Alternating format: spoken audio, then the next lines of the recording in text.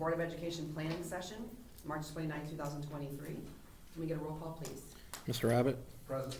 Mr. Bratton? Present. Mr. Jimmy Johnson? Present. Mr. Rod Johnson? Present. Mrs. Sherman? Please. We all stand for the Pledge of Allegiance. Jackson, will you start us off? Can you help us? Ready? I pledge allegiance to the flag of the United States of America and to the republic for which it stands, one nation, under God, indivisible, with liberty and justice for all. Thank you. Move to D, consider approval of agenda. Any comments or questions? I'll make a motion. I'll second. Motion made by Mr. Jimmy Johnson, seconded by Mr. Joe Abbott. Can we get a roll call, please? Mr. Jimmy Johnson? Yes. Mr. Abbott? Yes. Mr. Bratton? Yes. Mr. Rod Johnson? Mrs. Sherman? Yes. We'll move right into E, which is our planning session. All right, well, there's a number of topics under our first section of curriculum and instruction, and I've invited some groups in to actually present rather than hearing me, and I know that probably disappoints you, but we're going to hear from some different people. But the first topic tonight, I was made aware of a program that is a completely separate entity outside of public schools, and it's called LifeWise Academy, and I attended a meeting with the founder and Lieutenant Governor John Husted, it's probably a year ago. And I knew this was a growing organization, and they were really spreading their wings and impacting communities all across our country. And really here in Ohio, I think, is where it got its roots. But the founder and CEO, his name is Joel Penton, and he's a former OSU football player, graduate from Ohio State, and he played back in 2002 on the national championship team. He's married, has a lot of children, different children now, with his wife, who was a OSU gymnast. And Joel has really made this his mission in life. But this isn't anything new. It's just that somebody's making parents and community members aware of it. But it's about release time for religious instruction. Obviously, we know the guidelines and requirements from that we have to clearly have a separation between church and state as a public school. But there are also laws and Supreme Court rulings, such as in 1952, and there's existing state law that's been on the books for years, and that would be Ohio Revised Code Section 3313.6022. And we have existing board policy, policy JEFB, that also allows students under certain conditions, in compliance fully with the law in the U.S. Constitution, the First Amendment rights, to allow students to be released from school time to participate in religious instruction. And that has to take place. It's provided by a private entity. It's not provided on school district property. Parents have to provide written requests or consent for their child to participate or be dismissed from school. The school is not responsible for transportation to or from where the religious instruction takes place, and no public funds are expended, and no public school personnel are involved in providing instruction. The students also, by law, cannot be absent from core academic time during the school day for release time for religious instruction. It has to take place during non-core academic time. And this is it's really grown rapidly over the past 3 years. There's over 120 school districts that I'm aware of in Ohio now, and there are some in other states across the country. But Columbus Public, Hilliard, New Albany, Lancaster, Logan, Westerville, there are a lot of school districts. I know Lancaster is in the same process we are of learning about this, but what I want you to be aware of is this organization and release time for religious instruction, parents do not need board approval. The board will not be approving anything. There will not be a recommendation to approve it. I'm just making the board aware that parents can do this based upon existing law. I have worked as a principal previously in another district and in this district where a parent contacted me, knew that we had policy about this and what the law was, and they had their children released from school during non-core academic time, and they took them for religious instruction and brought them back to school, okay? So again, this organization is known as LifeWise Academy. They don't need our approval or permission. They could do this. but there's a local steering committee involving several parents and grandparents, community members that have approached the district and want us to be aware of what they are working on, because I wanted the board to be aware of this, because you may hear people saying that my child's attending LifeWise Academy and getting religious instruction during the school day next year. And I don't want you to be blindsided and be like, how can this happen? What are we doing? How are we providing this? No matter what your personal thoughts or opinions are, we are representatives of the school district, and there are limitations to that. But with us tonight, I wanted the presentation to be from the local steering committee, and I was first approached by Patsy Reynolds, who I've actually worked with in another school district, and her children, who are now adults, and her grandchildren go to school here at Bloom Carroll. But Patsy is a grandparent and a resident of Bloom Carroll. We also have Melissa Ransom, who is a LifeWise launch coach. She did. She disappeared. Did I scare her away already? No, Ron called. Okay. He was like, Okay. And she represents LifeWise, and we'll have another gentleman by the name of Ron Riddichier. It's difficult, but he's with LifeWise. And then Rebecca Kriegbaum, who is a parent and resident. Her children attend school here. We have Mr. and Mrs. Arball. I met with Joe. He's part of the steering committee, and he's also a Columbus firefighter. And then Caitlin Barbie, who's also a resident and parent. So this is kind of our subcommittee, or their subcommittee, that is working on a plan, and there will be some information that they need to share with the school district, because I expect that they will have a lot of participants. There was a community interest survey, and I think they probably provided over 100 signatures of people that would want their children to participate in it if they were able to coordinate such a program off school grounds during the school day. So that's kind of where we are. At this point, I don't know if we're ready to present, if you guys are ready to present, and how you want to start, but I do have the video. Just let me know when you're ready to go with that. But any of you, you're welcome to stand up here at the table, at the podium, and share anything that you would like. yeah, Maybe how about show the video first. And then Okay. go on. Yeah, let me get this here. Whoops.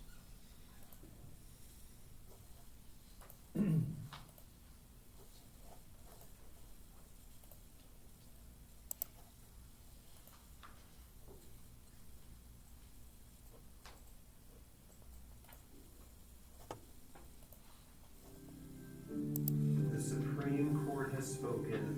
Public school students can receive Bible education during school hours. I can't overstate the importance of that phrase in there. It's during school hours. Teach the Bible during school hours, Bible education during school hours. I know it sounds crazy, but it's real. In 1952, the Supreme Court ruled that public school students can be released from school in the middle of the school day to receive Bible education as long as the program is off school property, privately funded, and they have parental permission. Not only is the concept possible, but it's spreading rapidly and students' lives are being changed.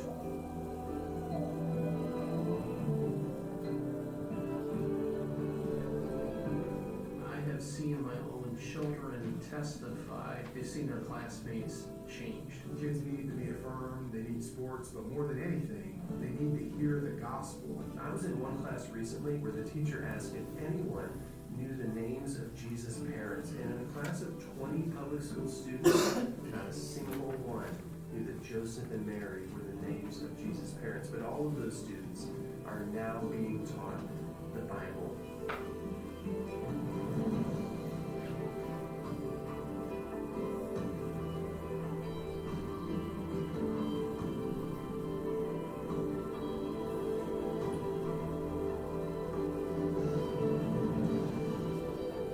to think if I haven't signed him up, I don't even know what our lives would look like. And like our story, it might not just be, 20 minutes in a classroom. It might lead somebody to a church and change a whole household.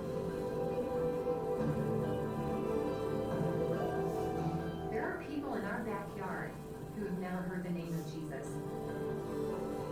I don't know about any other organizations that are doing anything like this. We wouldn't be able to discuss these things with them if not for doing it right in the middle of the school day. The law allows us to do it, so why not do it?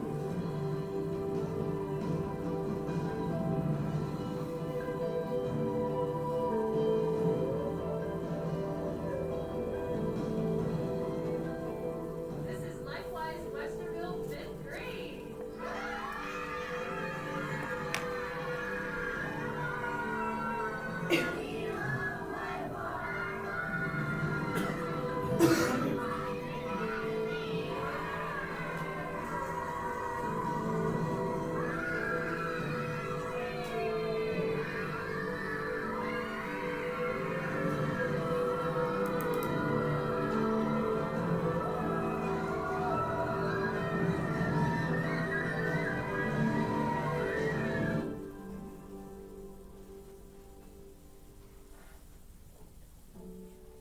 If you want to begin teaching the Bible to your public school students during school hours, go to lifewise.org and click Find Your School. Enter your information and sign your local community interest list and share it with everyone you know. It only takes 50 signatures to get started.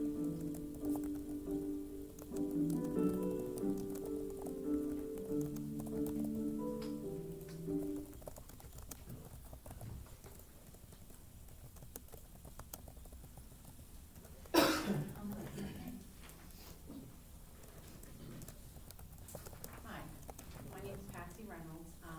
I'm the mother of 3 sons and 8 grandkids, 6 of who attend Bloom Carroll schools.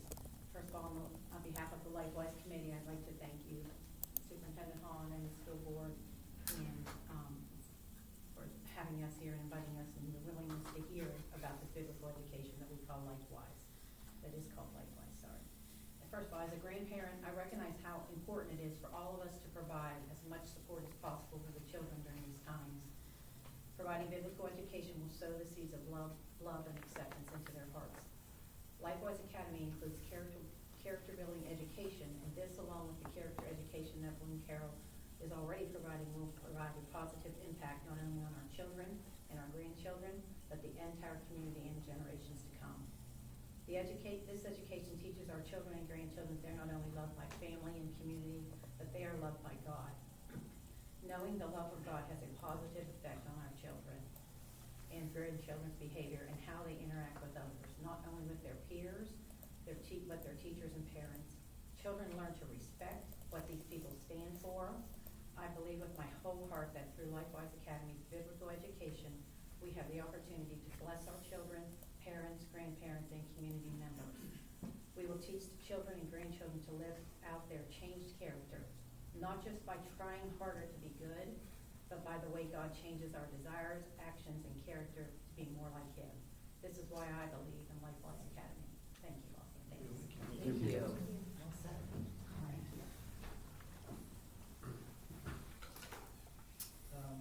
Thank you guys for allowing us to speak. My name is Joe Zarbal. I'm a Bloom Carroll graduate from the class of 2003. I have 2 children currently attending Bloom Carroll Elementary and 1 on the way. I want to share with you briefly why I hope to see Likewise Academy come to our community.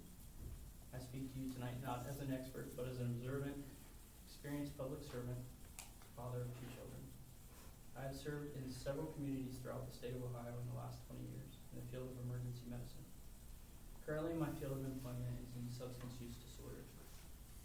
I encourage all of you, if you have not yet done so, to research ACE scores, and I have an infographic that I can give you after this. Every factor that I'm about to mention, and many more, contribute to a child's ACE score. ACE stands for Adverse Childhood Experience. I would love to talk to you more about this subject in depth, but with my short time, I really just want to call to your attention this topic so you can research it on your own time. Statistically speaking, children today are exposed to drugs, violence, and pornography more often, and also at a younger age than children just a decade ago. The average age for pornography exposure is 11 years old. It's reported 22% of kids 10 years old and under in the category of 0 to 18 years old have been exposed to pornography. Drug exposure and exposure to violence come in many forms, including but not limited to family and community exposure, social media exposure, cyberbullying, physical bullying, violent games, music, and television. Suicide, is the second leading cause of death for teens and young adults aged 10 to 24 according to the CDC. Per the CDC, 18.8% of high school students reported having seriously considered suicide in the past year. There is a constant onslaught of exposures our kids face that we simply did not face in our developmental years. This is where I think LifeWise will make a marked difference in our community. In my profession, I work with people suffering substance use disorder and mental health crisis. Frequently, I have patients who are victims of violent crime and human trafficking. Typically, these patients suffer from high ACE scores and their woes continue into adulthood. I believe LifeWise, through biblical instruction, will not only bring resiliency for children with adverse childhood experiences, I believe we will see healing flow out of this ministry. LifeWise affords us as a community an opportunity to build a firm foundation of faith, hope, and love for children who may not have a solid support system at home. It has been my experience in working with adults, the most successful at overcoming addiction find faith in their recovery process. The most resilient victims of crime have faith or find faith in their recovery. The most marginalized and on the socioeconomic scale who thrive have a firm foundation of faith.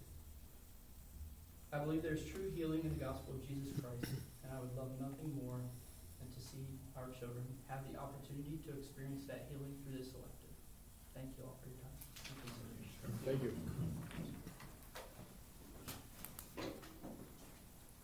Hello, my name is Rebecca Crickbaum, and my husband Jeff and I grew up in the area, and when it came time for us to decide where to raise our 3 boys, Boone Carroll was the best choice for us.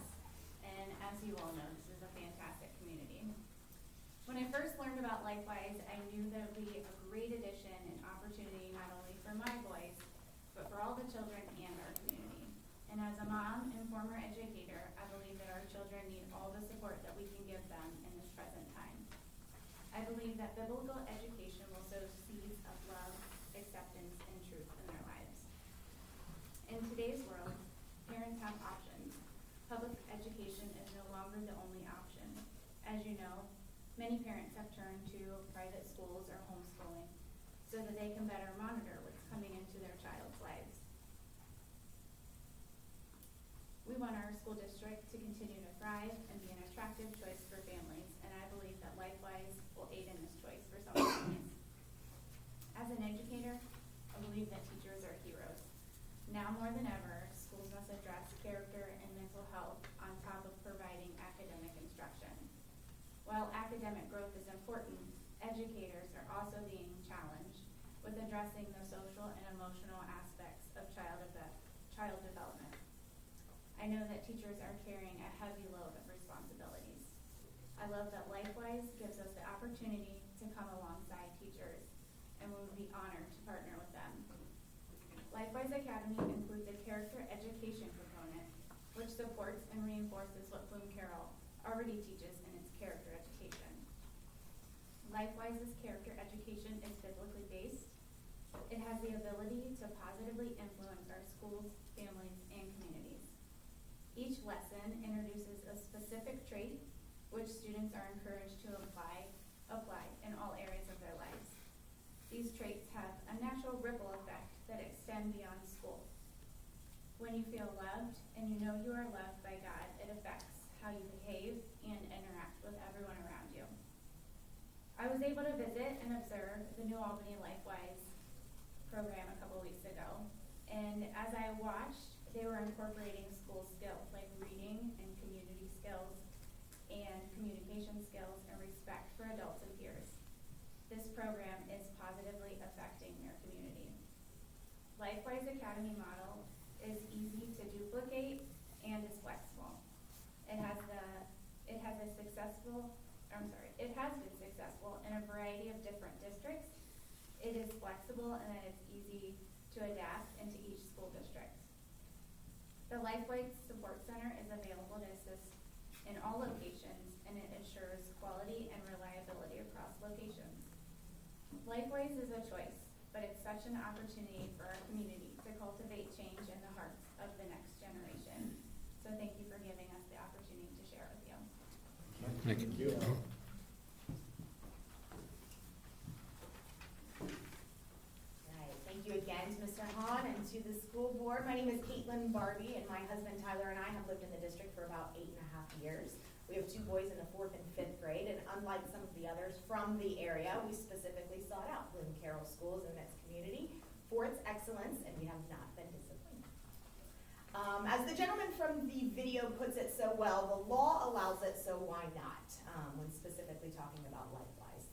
So specifically, as Mr. Hunt already went through my section, actually, that's okay. That's right, makes it super easy. Section 3313.6022 of the Ohio Revised Code governs the release time for religious instruction, and the pertinent portions that we're going to wrap this up with are as follows. Number 1, the student's guardian gives written consent. Everything is completely voluntary. Number 2, LifeWise maintains attendance records and makes them available to the school district whenever requested. Number 3, transportation to and from the place of instruction is the complete responsibility of LifeWise, not in all the school districts. Number 4, LifeWise makes provisions for and assumes liability for the student as they're released. Number 5, no student may be released from a core curriculum subject course to attend a religious instruction course. So no core curriculum subject is missed, will never be. And number 5, and probably most importantly, no public funds are expended, no public school personnel are involved in providing this religious instruction. So no tax dollars spent from the school. So that's kind of laid out in the statute if anyone wants to look that up, but that was kind of my portion as the resident attorney on the steering committee. So I don't represent LifeWise at all, but I was charged with kind of looking that stuff up, and it's very clear, it's very plainly set out. For once, the Ohio Revised Code is very easy to read. So again, thank you all very much for your time and attention. Thank you. Thank you. Anybody else? Can we ask a couple questions? Yeah, This sure. is This is from, question and answer. Yes, we appreciate you guys coming in tonight. So take me through, for all of our knowledge, with how this plan would work. Like, I know it's probably gonna take a lot of steps, a lot of authorization with everything that you guys gotta do through LifeWise. But give us an idea of, like, have you guys already sought out, I know it's your subcommittee here for, I think it was through the First Baptist Church, if I remember correctly, where this will be held, but do you guys already have, like, the teachers in place? Do you have who would be responsible for transportation? Can you guys kind of walk us through the whole plan that you guys have create or have a rough draft for before you go through and finalize it? I think that where we are is, I believe, and I'm going to see if you can correct me on this, we're kind of waiting to get the final acknowledgement that you all come on board with us. And once that happens, we've already sought out 2 locations. We know we have 2 options. We've spoken with another church about some use of maybe one of their buses. And once we have those things in place is when we'll start asking for people to help teach. We'll have a director and teachers and volunteers. And I was with Rebecca when we went to New Albany, and the amount of volunteers they had was just amazing. It just amazed me. I mean, I was like, they'd have 8 or 10, 12 kids in there, and they have 2 and 3 volunteers. So we know it takes a whole village to do this. We know it takes the whole community beside us to do this. And it's something that we are willing to put all the work in and all the effort that we need to do to make this happen. We've all been working diligently. Rebecca, especially, she's our coordinator, and just keep it all together. But that's kind of it. And Melissa, you can add anything else. She's the true expert, but that's where we are. Yeah, we, just like Patsy said, our next step would be to hire a program director. And this team right here would be kind of the local hiring committee as well as myself. And so I'll receive applications, review it, do a little interview, and then pass on my recommendations for them. They will do the same thing, and that's kind of how the process is to hiring a director. I myself am a health coach, and so I will work with that program director, and we have like 10 steps to launch. And so we're getting ready to be in step 7 when you hire a director. And so I will work with that director on just, step-by-step processes of hiring teachers, getting volunteers, and giving them all the resources. So. How does it work as far as the transportation? We've got 9 periods Well, that would be middle school and high school. I think their proposal initially was for grades, kind of like the first, second, third, but I think they have reevaluated that and are considering, from my perspective, if I was them, I would try to start small but see how much room you have to grow. And I think they're now looking at, and I don't want to speak for you, but I think you're now kind of thinking of grades maybe 3, 4, and 5, or one of those grades to start and then continue to expand is what their proposal really involves. But, you know, I want to know if you're going to have a red bus. I want to know if you're going to get your bus painted. That would be our goal. It's gonna be spray painted. Yeah. The next step for us is, again, I'm not going to make a recommendation. Parents can do this at that, Exactly. even though they may target grades 3, 4, and 5 in their communication to the community. I could have a parent of a senior say, I'm going to release my child for instruction somewhere else. It may not be LifeWise Academy.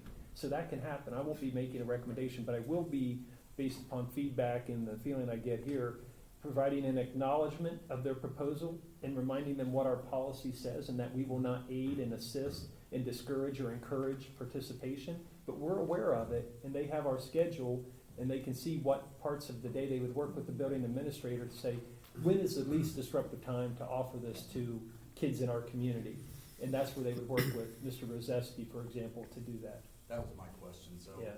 from a targeted start date, would you guys wanna start this, let's say, the start of the school year, just because of that planning aspect, so they don't miss their core courses, et cetera, like that? What's your plan built around that? Have you guys kinda have a tentative start date? Obviously, we'd like to start then, that would be our Okay. goal. We know, like, let's say we're on step 7, so once we get back here, we know that a lot more still goes into all the other steps.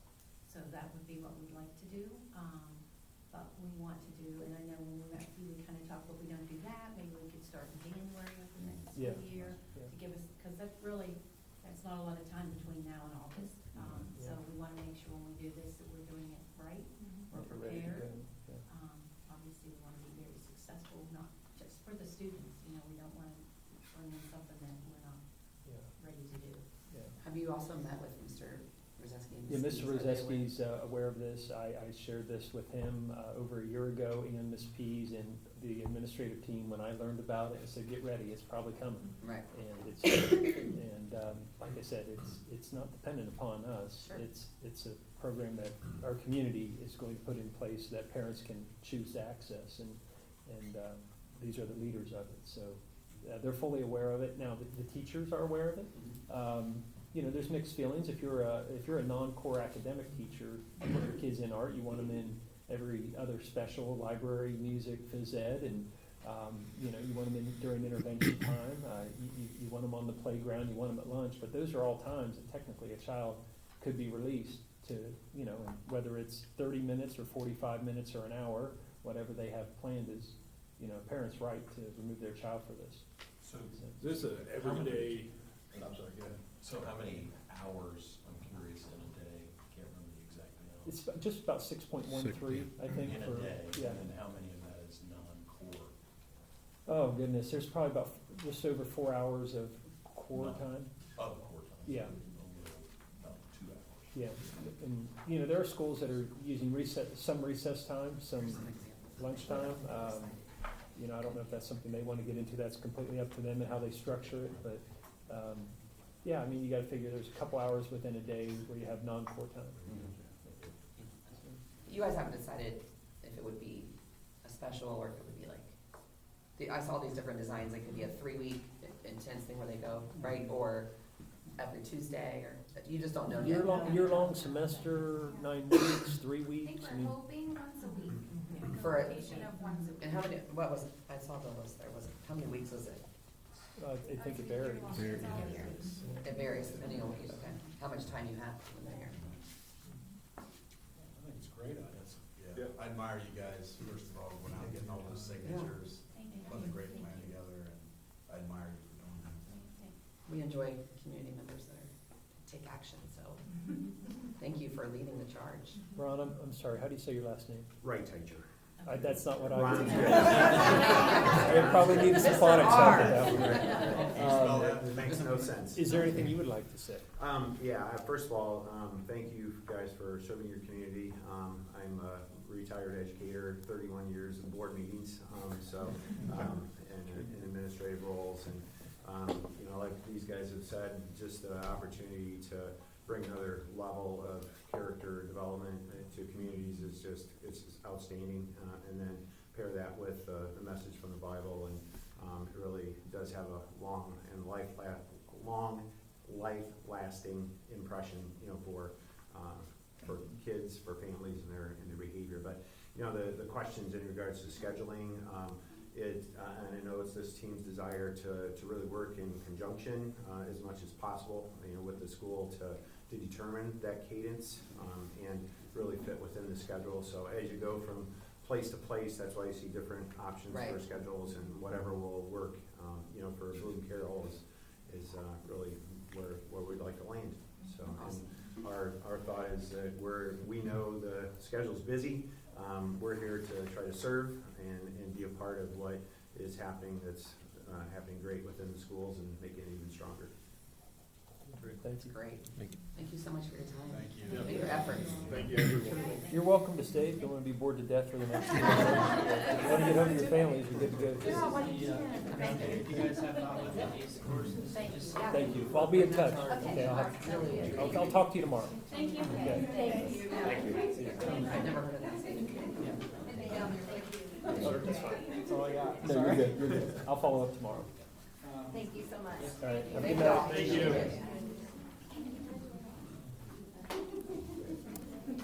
Actually, I don't have the last page, but. Good deal. Thanks. Thanks for being here. Yes, thanks All for right. having us. Yeah, have a good night. Thank you as well.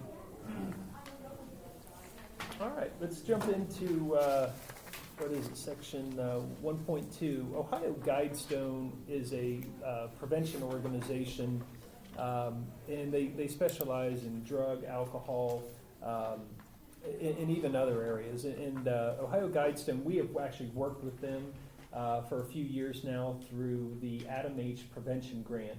Local dollars have been made available in Fairfield County to all the school districts. And I think we were allocated in the grant about $64,000 last year for this school year. And then we were allocated for next school year, we know we have about $66,000. And we're doing a lot of vaping, catch my breath, prevention education, life skills prevention, some behavioral and emotional counseling or small groups.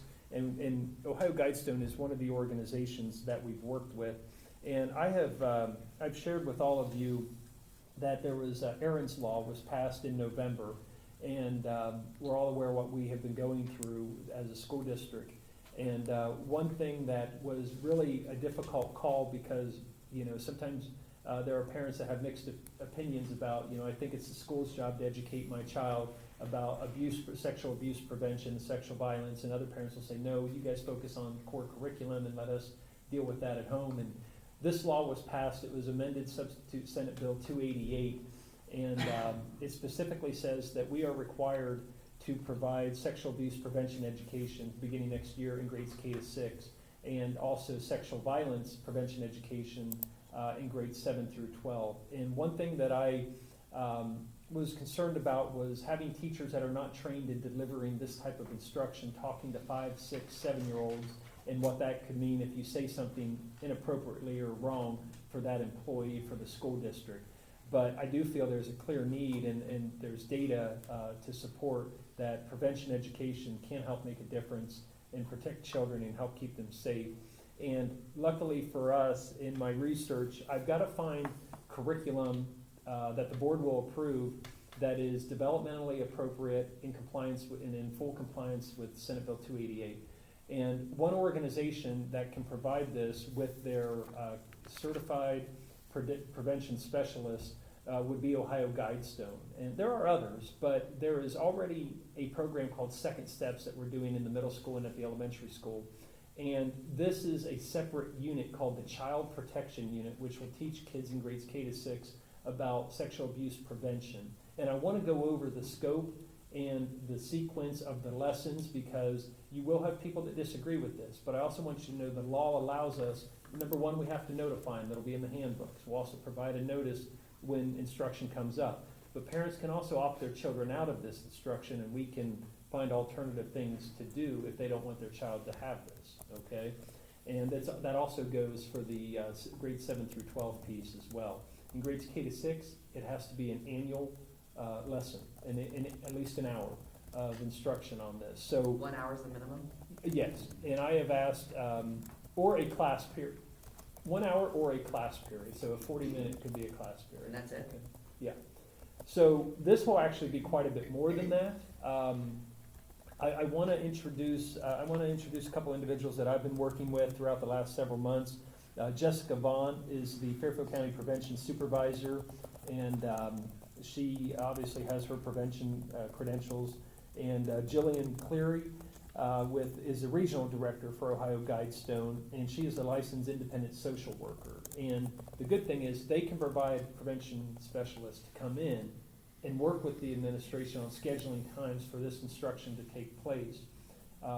The Child Protection Unit is in place in some schools across the state, but they're going to be, and other organizations like them are going to be inundated with providing this type of education and prevention for schools across Ohio that are now required, that it's no longer an option. So I want to have them come up here at this time, and I'm going to let Jillian and Jessica share a little bit about their organization, and also the Child Protection Unit from Second Steps, and also the Safe Dates curriculum.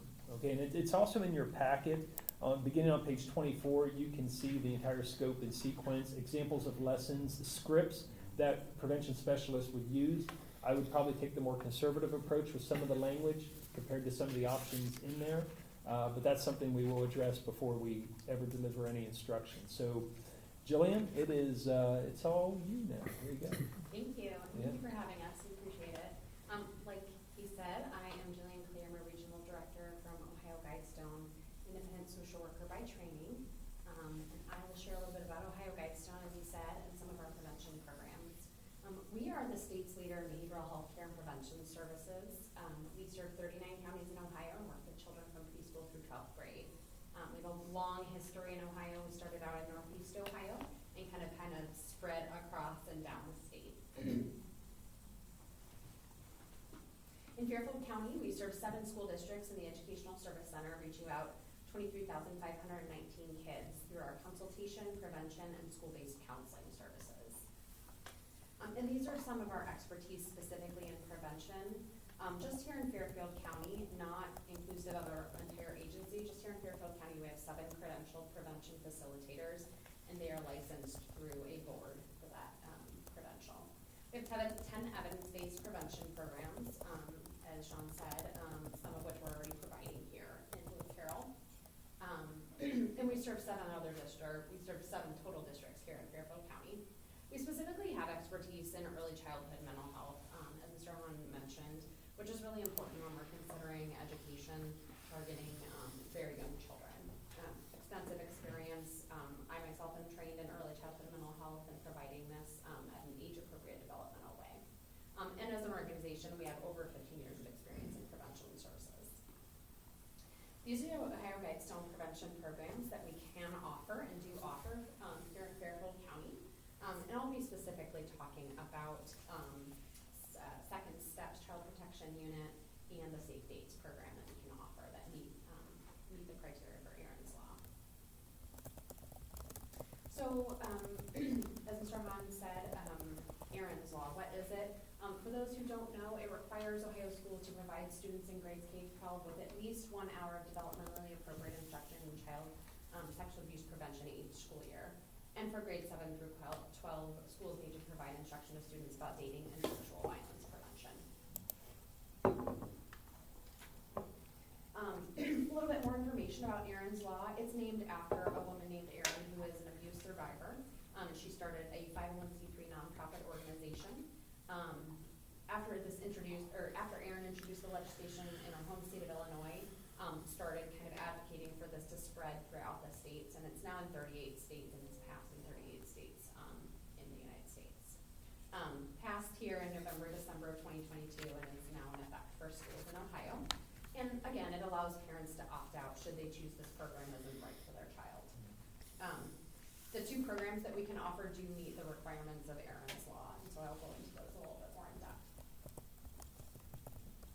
So the Protection Unit. The lessons in the unit help children to protect themselves by teaching them to first recognize unsafe and sexually abusive situations and touches. 2, to immediately report these situations to a safe adult. And 3, how to assertively to refuse these situations whenever possible. Each lesson is also going to include an activity that children can do with their family at home. It's very transparent. We want parents to have this information as well. So there are 6 lessons, and so this, like Mr. Arm was saying, is a bit more comprehensive than just an hour of instruction and probably take place over the course of 6 class periods. Lesson 1 goes over ways to stay safe, recognizing, refusing, and reporting unsafe situations. Lesson 2, the always ask first rule. Always ask a parent or a person in charge first if something doesn't sound right or doesn't feel right. Lesson 3 goes over safe and unsafe touches. Safe touches help you feel cared for and loved. Unsafe touches hurt your body or feelings, and you can say words that mean no to any kind of touch that you don't want.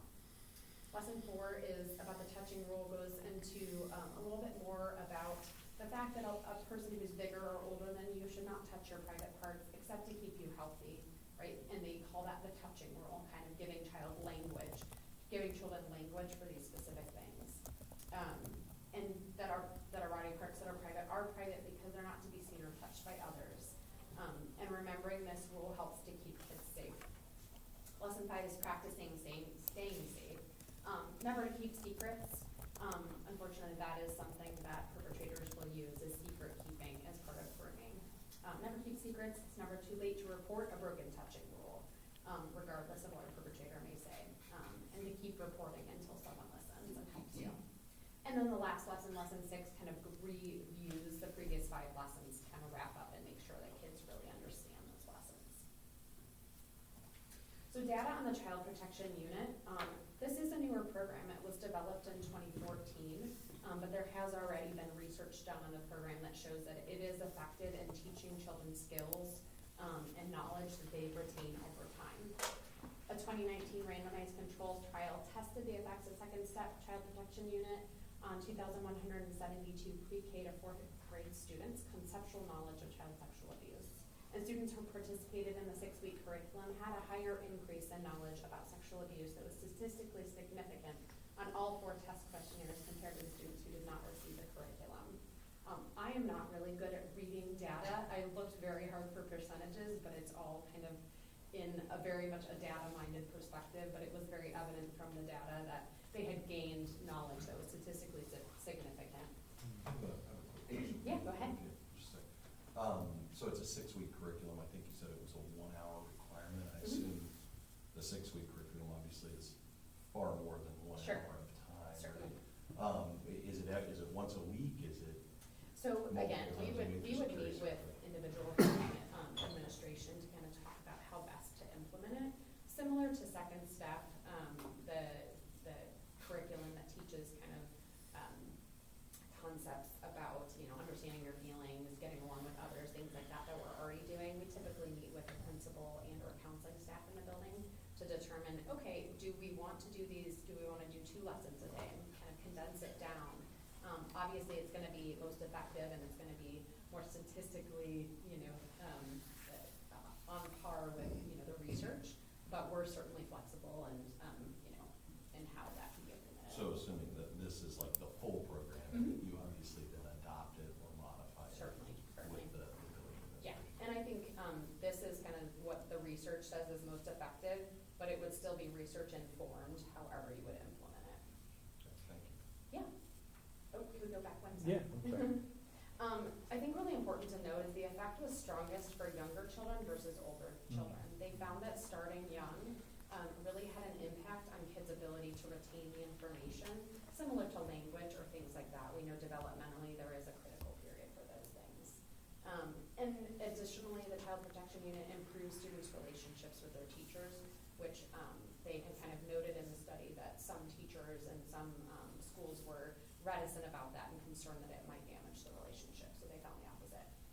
So there's certainly more information that you can find online by visiting their website.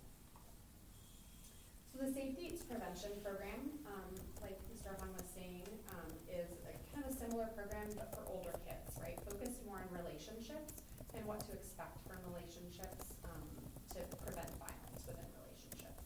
It's a school-based prevention program for middle and high school students designed to stop or prevent dating violence, including all of the types of violence on the spectrum, psychological, physical, and sexual, that may occur between youth and in the dating relationship. So this is the curriculum lessons really laid out, defining what a caring relationship looks like, and how you wish to be treated in a relationship. Defining what dating abuse looks like, discussing certain scenarios and statistics so that kids understand the prevalence and what this really looks like. Why do people abuse? Understanding the why of the concepts, identifying causes and consequences that the research has kind of brought up about dating abuse through large and small group scenarios and discussions. How to help friends, so if kids are not necessarily experiencing this firsthand, how to help a friend who might be experiencing this. And then actively helping friends using stories and role playing to practice the skills that they've learned about helping a friend. Overcoming gender stereotypes. Many students and many people may believe that men are the perpetrators of violence on the whole, but the research doesn't necessarily support that on the whole. And so students can learn about gender stereotypes and how they affect dating relationships through writing exercise scenarios and small group discussions. Communications. Students kind of learn some communication skills that they can carry with them about effectively communicating in relationships. How we feel, how we deal is about students' ability to learn ways to recognize and handle anger that does not involve violence.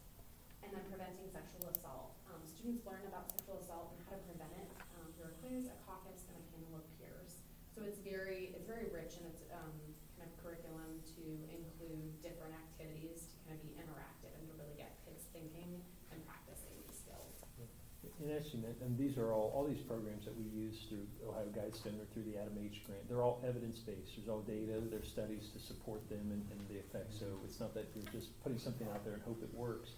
There's data to support this. And the data on this Safe Dates program is significant. I'll let Jillian continue, I guess. They do have percentages on this one. Yeah. In a research study of the long-term impacts of safe dates, teens who received the curriculum reported between 56 to 92% less dating violence, victimization, and perpetration at a 4-year follow-up. So they looked at several stages after children had received the curriculum and then had received booster training or booster curriculum, and they found significant impacts on not just their learning about violence in relationships, but also about what was actually happening in their relationships. The program was equally effective for males and females and for whites and non-whites. And Safe Dates is being used in many geographically diverse areas, inner cities, rural areas, and counties besides the United States. But the published evaluations that they kind of drew that research from are primarily from rural school districts, similar to Bloom Carroll, that participated in this research. So again, if you want to find more information, this is the website where you can find it about Safe Dates.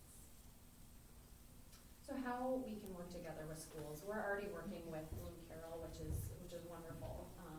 Our staff are uniquely trained and experienced in discussing these sensitive topics, which again, Mr. Hahn had mentioned. I wish. He got my brain going there. So we're comfortable talking about these things. These aren't things that make us uncomfortable, and so if a student brings up a concern, that type of thing, our staff are trained to handle that and to handle it appropriately. We're available to answer questions or address concerns that staff, students, or parents have. As you mentioned, Mr. Hahn, some parents may opt out of this or may want to talk more about it, and we're open to that. We want to provide good information. And we want teachers to be able to focus on academic instruction. We know that this is adding a whole other level of instruction and that this is a sensitive topic. Our prevention supervisor, Jessica, her role, she meets with schools and buildings individually, whoever those identified staff are within the building, who'd really kind of be the point person to say, okay, when are we going to do this? How are we going to structure it? Making sure it meets the school's needs. And we assign our credential prevention facilitators specifically with grade level and developmental experience in mind.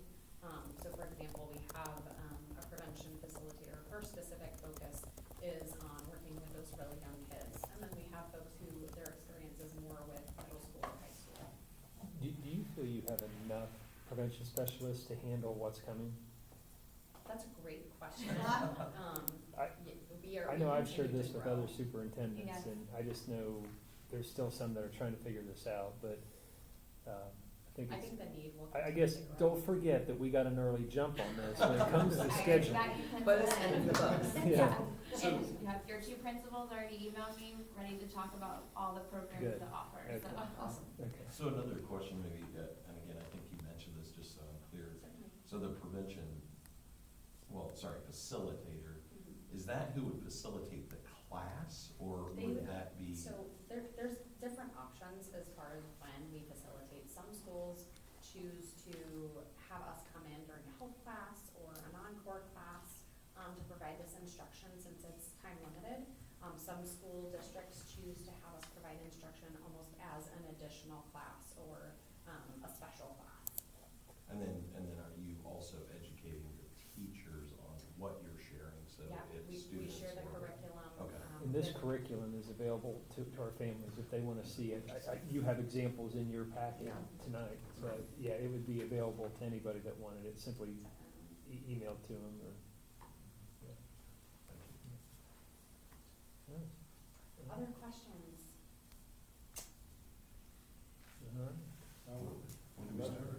Yeah. Good stuff there. Thank you for your time, You guys- appreciate and it. you talked Thank to, you. you talked to our principals and to Yes. the elementary principals? I and haven't met with Steve yet, but, Mr. Okay. Young, and Yeah. Mr. Conrad. Okay. Yeah, where I sometimes do the Saturday prevention school for you guys, I think so. they're thinking maybe a little bit about the freshman personal development class and some health classes in the middle school and high school, so.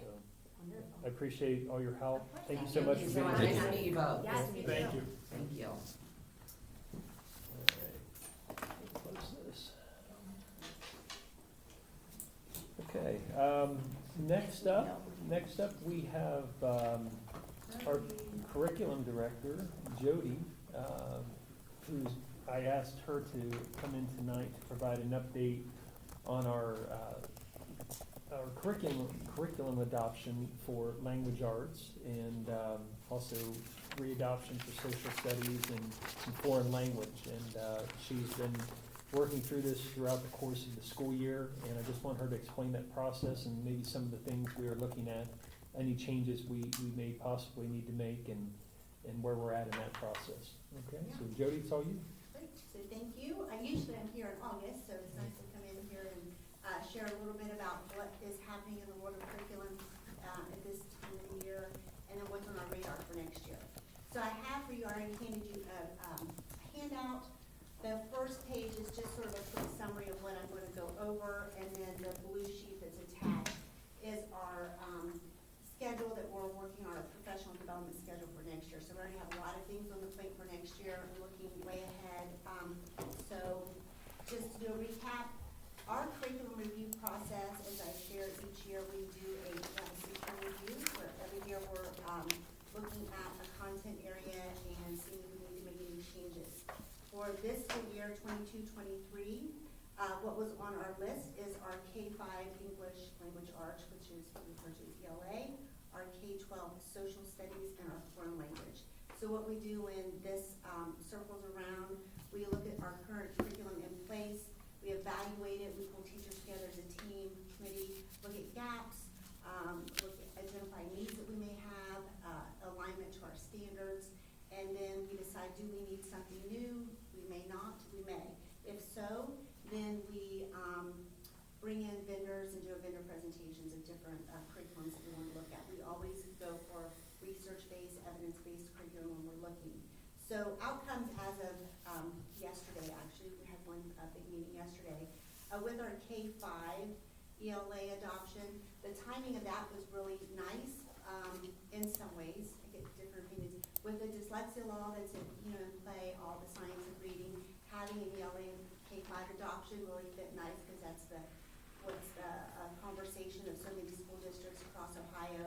So we have evaluated and looked at multiple programs. We looked at 7 different programs and came up with, as of yesterday was our last meeting, that we are looking to keep the current program we have, which is Journeys, our ELA program at the lower grades, keeping just a component of it that teaches comprehension comprehension. And then adding in 2 new programs, I have adding foundations, which is a phonics curriculum, and adding integrity, which is a phonemic awareness program. I say new there, they're new to us, not a new program. Again, there's a lot of evidence and research base behind that. But we have known for a period of time now, phonics is just something we need to focus more intently on.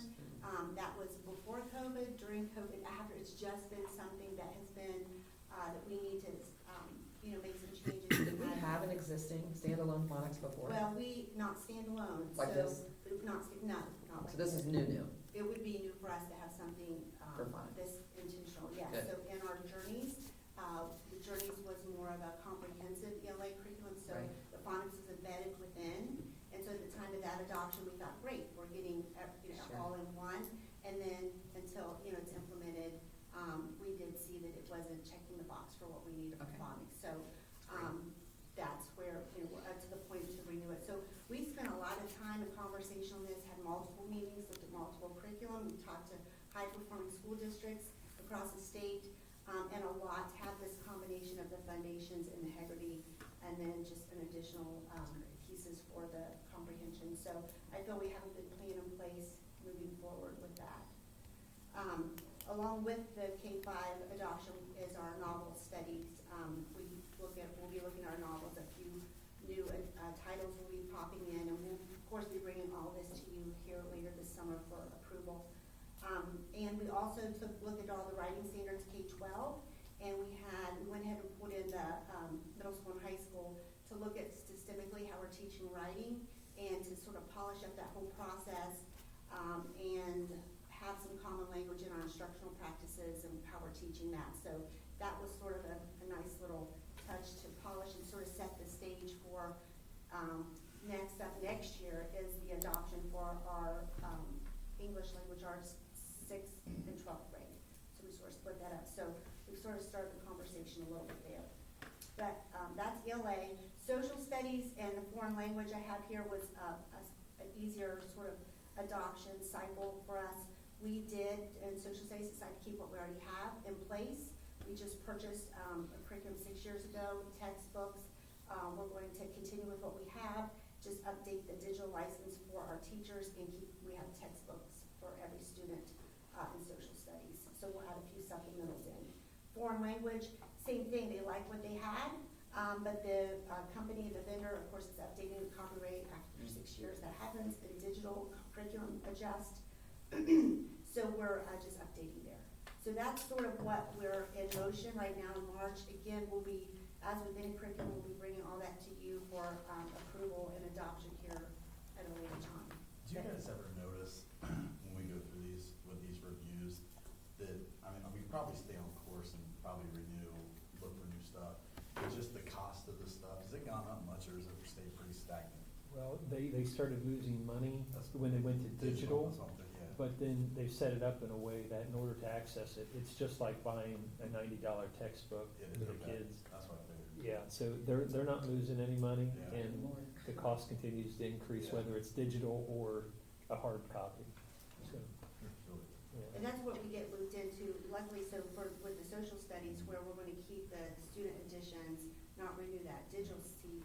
The textbooks will last us longer, but if you get in that cycle of the digital seat, you have to renew at the end of 6 years if you need that digital piece, and it's quite pricey. So And our they're shipping kids- you nothing except giving you Right. access. The- It's like they're charging you. Jody has Yeah. shared with me, and I talked with the principals, the feedback from the students is that, right, they're digital all the time, they're on their apps and doing all this, but when it comes to learning, sometimes they want something they can touch, something they can flip through, something they can write on, and I get it, and I fully support our students in that, and that's why we're not going with the digital license in social studies. We already got the textbooks, we just gotta renew the teacher materials. So we did ask our students at the upper grades to see what they prefer. Now, they prefer the textbook. Now, if they take them home and, I don't know, but they just do not want to do this.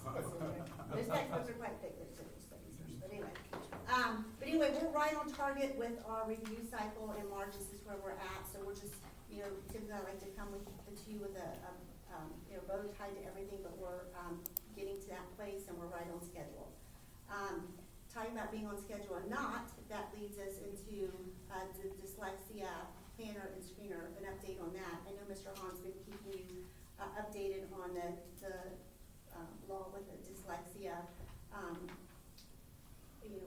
requirements hitting districts, but we are still waiting on a screener that is really an option for districts to have. So we need to select a screener as a district that we will implement in the fall for all K-3 students to take. OE's supposed to be having that out for some time, and it's supposed to be out in March, and here we are. So we still don't know, and that does put us in a little bit of a pickle because, well, everyone, but, that will determine, what program we have. We'll have to do training. Will there be overlap in current programs we have? So that's a little bit of a frustration point for all of us, but we have a game plan in place, if this, then that kind of thing. So that's not just Bloom Carroll waiting? No, it's No, it is The whole everyone. state of Ohio, and again, this law goes into place next year. You're gonna hear parents talking about their children being screened and possibly at risk for dyslexia. It's gonna start next year, and that's because of the state law that requires that we screen for dyslexia. Next year's grades K-3, and then the kindergarten students don't have to be screened until after January 1st of their kindergarten year, okay? And then once we get through that year, it's the kindergarten class, and any student that moves in grades 1 through 6, within 30 days, we have to screen, or any parent or student that believes they're showing signs of dyslexia, we would have to give a screener. So it's not going to be K-3 every year, it's the first year of implementation. So after that, it'll be down to kindergarten, and then anybody that, moves in that they requested. And what we're expecting, or what they're saying is, so with this screener, that it could possibly flag anywhere from 20 to 30% of your student population, K-3, to have characteristics of dyslexia. So that, of course, parents will see that and they'll be like, oh my gosh, and it's not the case. And then it will really only be about 5%. So because of that, we are really working to we have a dyslexia service plan that we've drafted up, and like a flow chart, so we'll have that narrative for people who want all the details in the weeds, and then those that would want just that quick, one-page visual chart of our process. And that involves some intense intervention for 6 weeks, and then another assessment to see if there's improvement, and then the next year, if they still are in that at-risk category, there's another 6 weeks of monitoring and intense intervention. Who's doing the intense intervention? Well, we have teachers being trained. I'm also gonna be talking about it here tonight about a reading intervention specialist position. I mean, you're gonna have to. Yeah, and we're gonna talk about some of those things, yeah. Yeah. But so all of that is, and then again, we still don't know the screener, we don't know the intervention, so, but all that's in motion, and the communication is going to be big, to make sure that we're proactive with that, so we're working on, with Katie Wentz and, our team to have all of that in place, and letters that we could send out to parents explaining things and putting this on our website, so that's, has been on our plate, we're just waiting for OE to come through for us. And we're continuing with our K-3 professional development initiatives with the letters training as part of the requirement. That was a heavy add on to our professional development plan, because that has eaten up really all PD days for our K-3 staff. Like, to get this other stuff in is challenging, because it's a 6-hour, 4 days of training that we have to do. So it's hard to get the other things in that the state keeps, bringing in. And then we have our own district initiatives. So that's what the blue page is. Just real quick, and I'm not going to read through it, but you can see having stuff here. These are sort of things that are like required, that's plugged into our schedule, that in August 18th and 21st, we'll have the mandated reporter training and professional relationships. Again, we just did it March 6th. Yes, we did it March 6th. And we did it at the beginning of this school year. Yes. So that's twice a year. Right now, it'll be 3 times within a calendar year. Yeah, we just did it. But after that, we're just doing it annually. Yeah. So this will be the first for next year. Yeah. It'll be And next the year. requirement is every 3 years. Once within 2 years of employment, and once every 5 years thereafter. And we're gonna do it every year. And then we have the 504 IP training, cyber safety training with Mark Thomas, our IT director, Stop the Bleed training, dyslexia screener training, whatever that will be, our new ELA curriculum, Foundations Integrity, Special ed has new reports, so they have to do IEP report training. That's all in August, and that's as of now going in March. So, you know, hopefully not a lot more, but that's a lot for teachers. You know, it's Right. almost a bell to bell, 2 PD So days. that's a lot for your K-5 teachers. Yeah, it is a whole lot, and that's why we then, the September PD day that is typically our countywide professional development day, we've decided we're just stepping out from that and Really? not having it. We're not Because of gonna the host fact, it. We need this time. Really? That's yeah, okay. yeah, so we're gonna have to just, in other districts, some of this is on their plate as well, you know, but, we just are gonna need to do that because again, our K-3 teachers have 6 hours of letters training that will have to be done on that September day.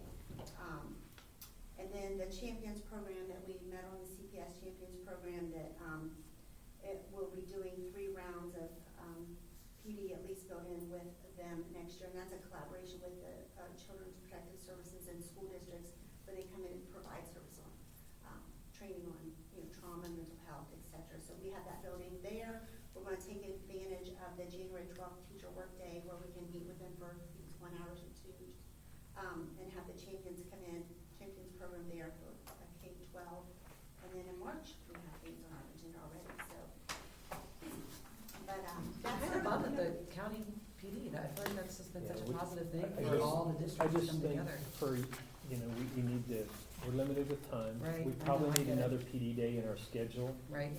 This calendar was created a little bit ago, but I'll talk about this here in a little bit. But the Champions program, there's a number of topics that address child abuse and neglect and screening and the intake process and understanding what CPS can provide, what community resources are out there, and making sure that our teachers are always feeling like there's a strong connection between them Right. and those referral services for our students. So they will also be here throughout the course of the year to do check-ins where they're available in the office for teachers to come down, ask questions if they have concerns about things. So I think that honestly is a priority above everything, Right. and we're just limited on time. So I get it.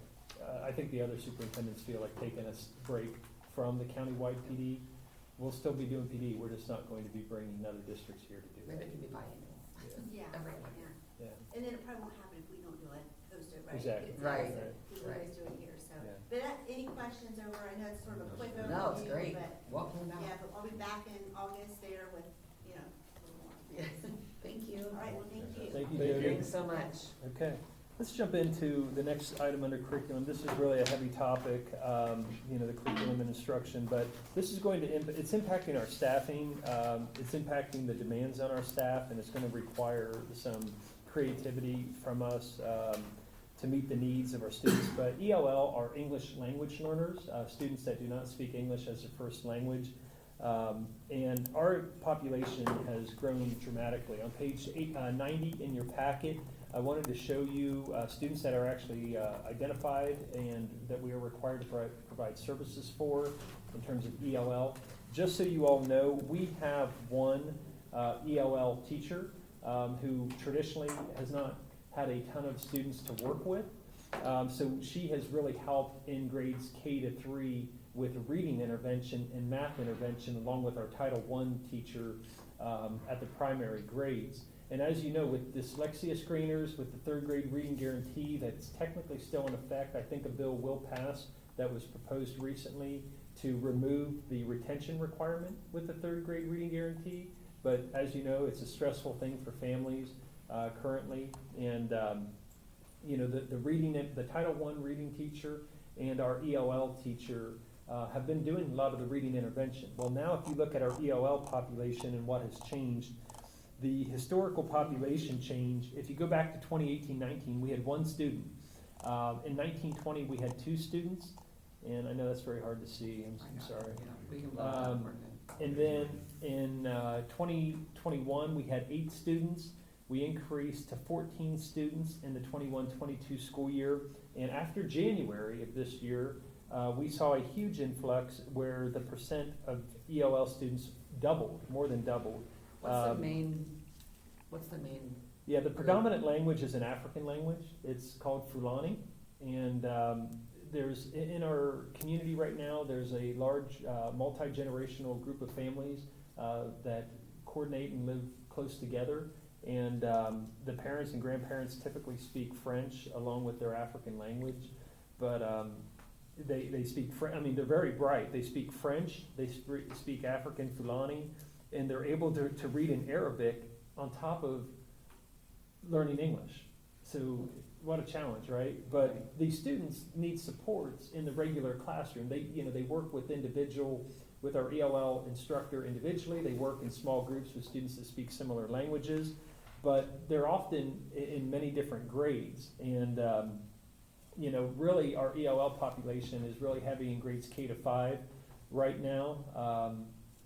I think if you look at page 92 in your packet, you can see the number of kindergarten students that are ELL, and you can see the different languages that they speak. There's Creole, a Caribbean language. You got Tagalog, Spanish, Russian, and a lot of Fulani falls under the other language. But you look at the kindergarten class here right now with our ELL population. Then you can see a few first graders, some second graders that are heavy. Third. Am I looking at that right? There's 13? Yes. Just the kindergarten? Yes. Wait, I'm not reading this right. Yeah, Start over. so right here, this is kindergarten, that's Fulani. Oh, there's 13 in kindergarten. Yeah. I got You you. can see I'm their sorry. building grade. So this is a Sorry. huge change for us. I mean, we went from last year 14 students, 0.6% of our student population, to 1.4% with 33%. What's the M and the L? M and the L is whether they are, on the next page here, the L is that the student is enrolled in a U.S. school where English is the main language of instruction in their first year. And then the M is that they're kind of a trial mainstream, an English learner classified in a trial mainstream period. And then the S code represents students where English is their main language of instruction in their second year. So, whether these students are first year, second year, or they're in a trial period to see, if they qualify, but they still need supports. Are they potentially testing out? So not all of these students are going to continue on in the program if they test out. That's right. Yeah. That's right. So What was your stat just now? It was 0.6? 1.4% of our student population. Now. 33 students. A year ago, it was 0.6 with only 14. But before that, you go back 3 years, we had 1. So my point is, our teacher. K-12. Yeah, K-12. So my point is, our teacher is now responsible for these students throughout the day, and it's really, she's not able to do the Title I reading intervention in math. So how do we also meet the demands of third grade reading guarantee, dyslexia requirements?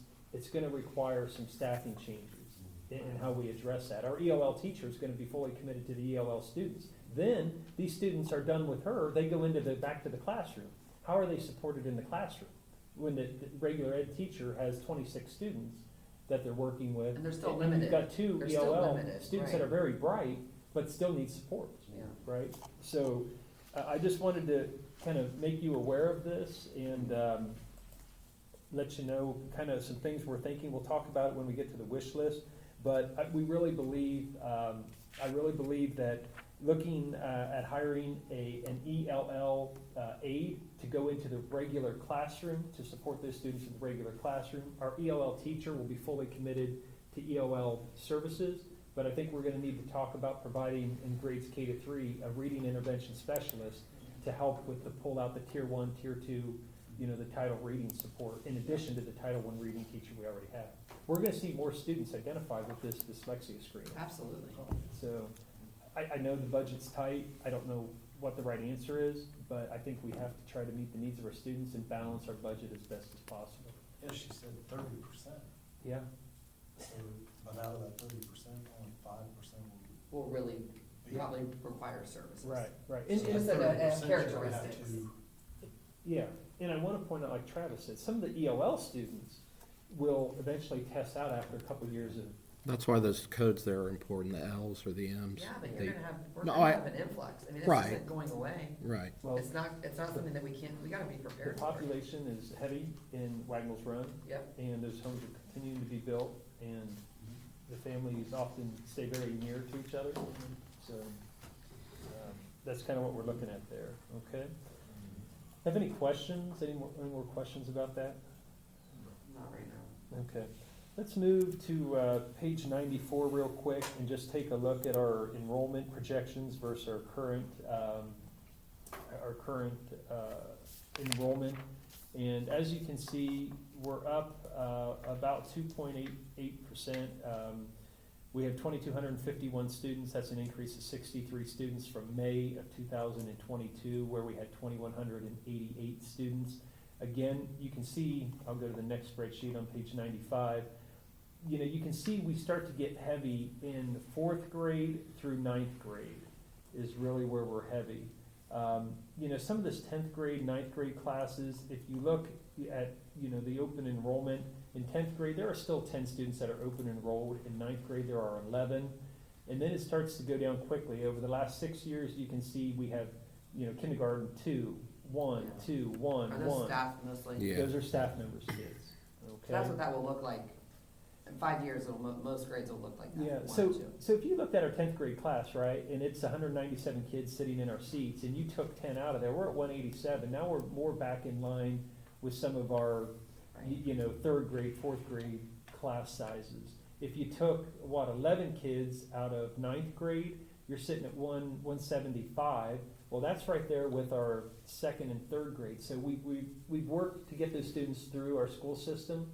We haven't continued to accept a lot of open enrolled kids, but if you look at kindergarten, 1st, 2nd grade, we're at 168, 170, 179. But when new homes are built, I was talking to the company that did our enrollment projections last year, and when you look at new single family homes being built, predominantly where you see children added to a school system is in the ages between 8 and 12. So 8, you're talking a 3rd grader, you know, up to about 6th grade. So you look at where we're heavy right now. If you look at, let's say 1st grade, but as homes are built in our district, you can expect that 170, I would expect to be up to, you know, 185, 190 by the time they're, again, in 4th, 5th grade. Right. So when you have new families moving in between ages 8 and 12. But the housing subdivisions, so let me back up. Where are we at with our enrollment? In working with them, they projected that we would be at this year about 2245 in our seats, and we are at 2251. They're 99.5% accurate right now with their projection, which is pretty good. I would expect we'll be close to the 2298, maybe a little under that. As more of these homes come online next school year, I think we'll probably reach the 2298 throughout the course of the year. But right now, I feel like our projections are really in line. We'll continue to revisit those each year with cooperative strategies. But so far so good. We're up 63 students and just a few over what was projected. So I think the recommended projection is definitely the one to go with. As you know, we also received a low projection, which we have far exceeded. That is on page 99. And then the moderate was very close, which is pretty much the middle, 2243. The recommended one says 2245 in terms of the number of students. And then the high, we're not quite at the high projections, which would be obviously excessive growth. That would be at 2274. We're not in that range yet. So probably somewhere between the moderate and high will be safe to look at. When we talk about how many kids are we typically receiving per dwelling, when you look at on average, we get about 0.52 students per unit, and that can include single family, condominium, village. As we know, there are certain subdivisions where the yield is much higher, like Wagnalls Run, where it's 0.8 students per home in Wagnalls Run. That was one of the highest. So you can kind of expect, in our enrollment projections, they projected about 127 students when Wagnalls Run is built out. With the 219 additional homes, you're looking at probably around 127 new students just from that subdivision. So in terms of other subdivisions and what's going on in our school district, I gave you a handout. This is really small to see on the screen here, but there are several housing developments that are in the works. Obviously, Wagnall's Run was approved years ago. There are a couple hundred additional units being added there.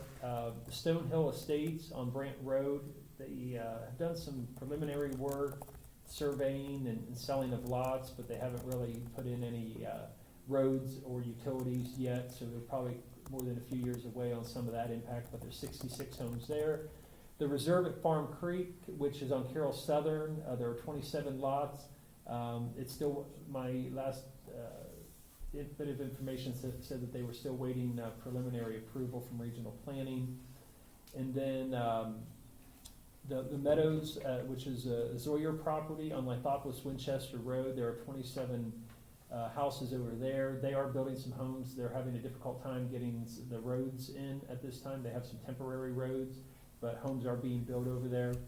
And you also have the potential property which involves 250 multifamily residential apartments behind Meyer, which has been proposed. There's kind of a delay in that right now. And then the one that you probably most recently have heard about is the Edgewater preliminary plan on Overley Avenue, or Carroll Northern, in the village of Carroll. It involves 182 single-family houses and paired patio homes.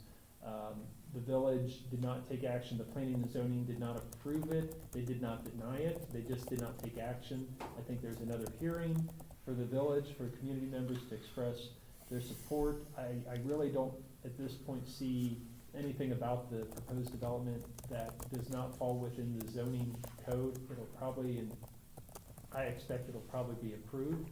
And then, it'll be a few years before we start to see students in there as well. So all in all, there's about 815 units, on the plans right now, and I'm sure there are more developers working on additional plans, and that doesn't include the lots. That doesn't include the lots. Yeah. So. Doesn't include what? Oh, just The lots, building just lot. yeah, this 2-acre lots being sold off. So I think that's all definitely coming. So staffing needs, how does all this, how does our current enrollment, how do some of the changes, impact some of our staffing needs? And when we go over the wish list, you'll also see these, but, with our enrollment in, fifth grade, we think potentially, there's gonna be a need, with our enrollment in fourth grade, moving into fifth grade, we think that we will potentially need an 8th section of fifth grade.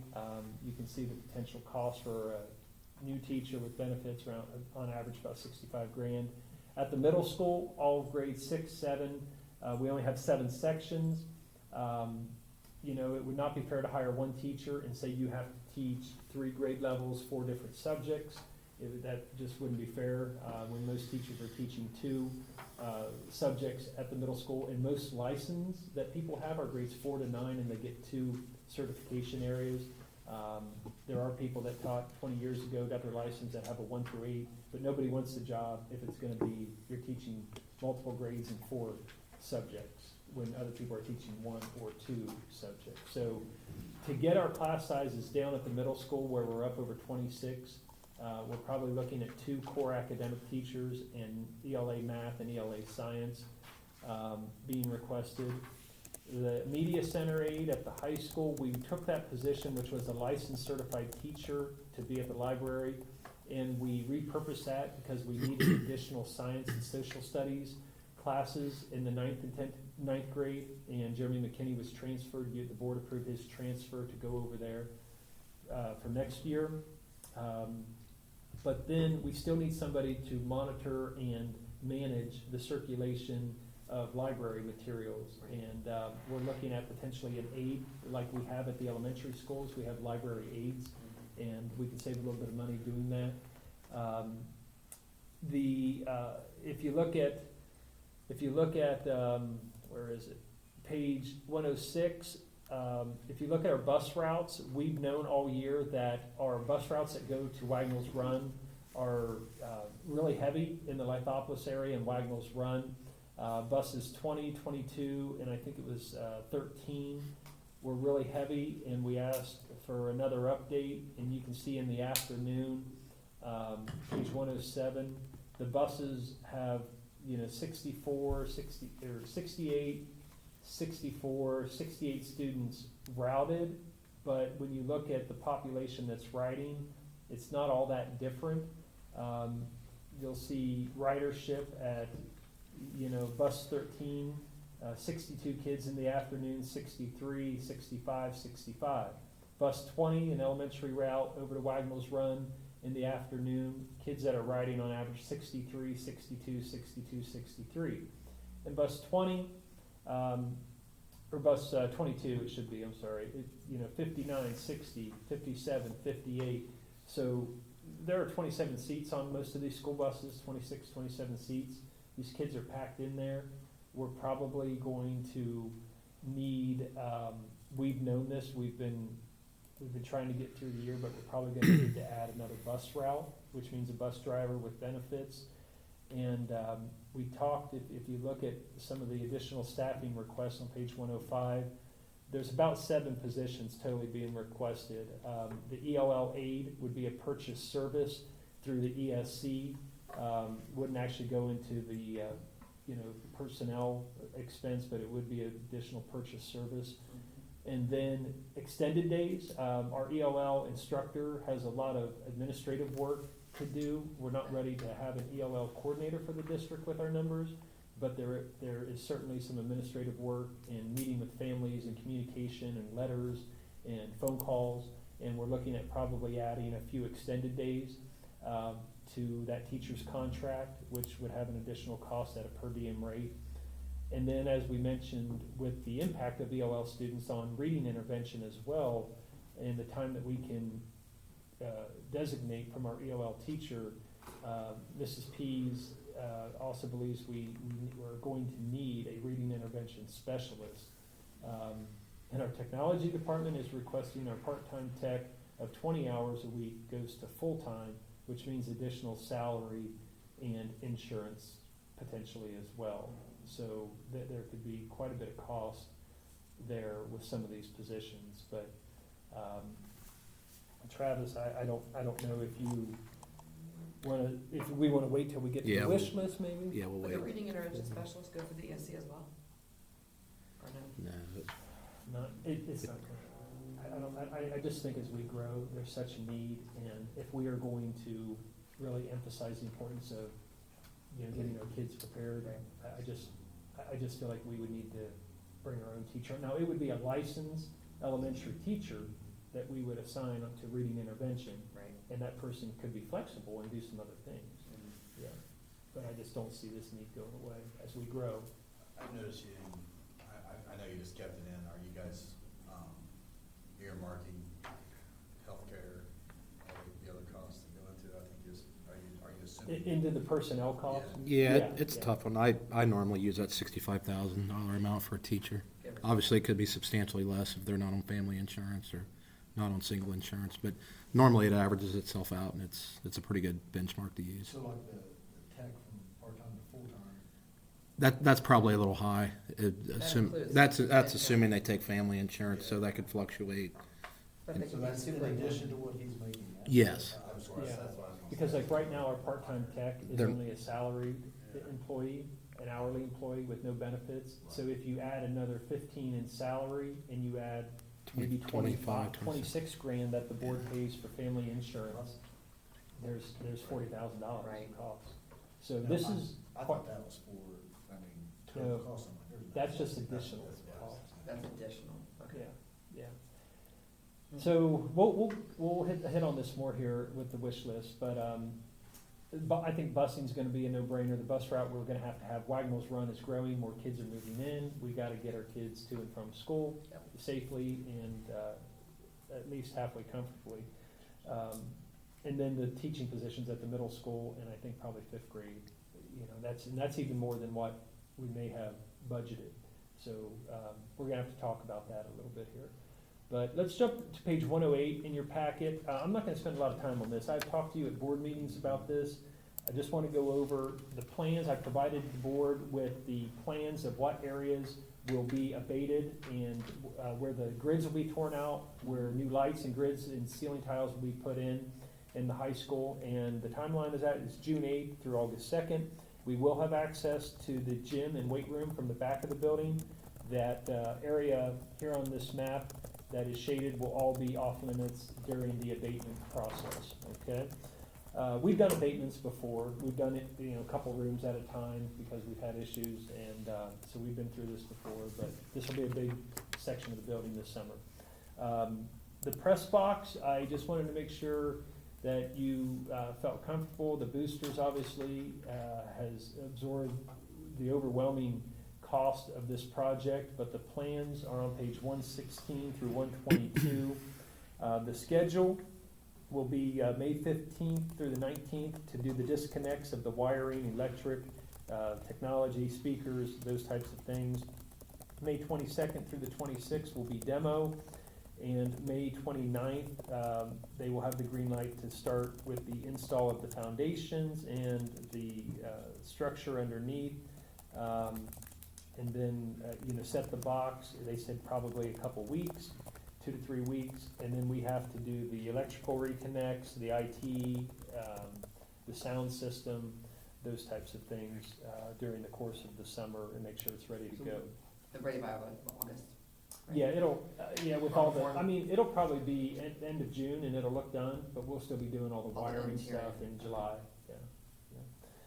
Other items that you may see going on this summer, Bloom Carroll Elementary School, the front parking lot, Summit Construction is taking care of this, but there's been an issue with some of the finger drains that tie in to the catch basins in the front drive.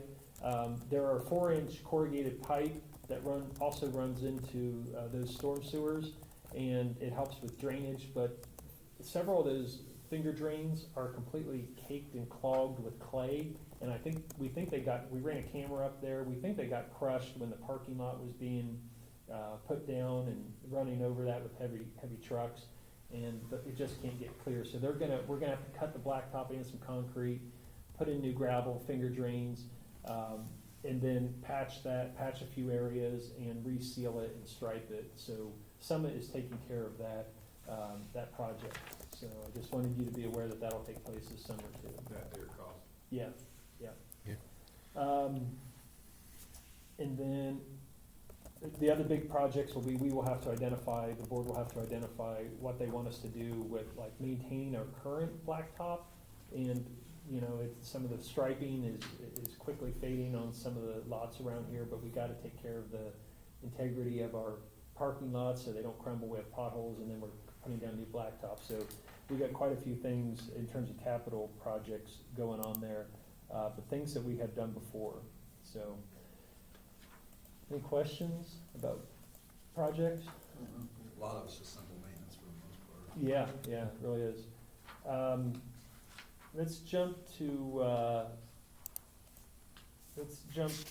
section 4 on school safety. I am going to ask the board to approve the school safe ID visitor management system at our next board meeting. Obviously, terrible things happen in this country. We just had another tragedy down in Nashville at a private school. I just want to kind of point out here on the record, I appreciate this board. I've talked to some parents this week. I really appreciate, and the feedback has been really positive about our board being willing to understand the importance of being proactive in safety.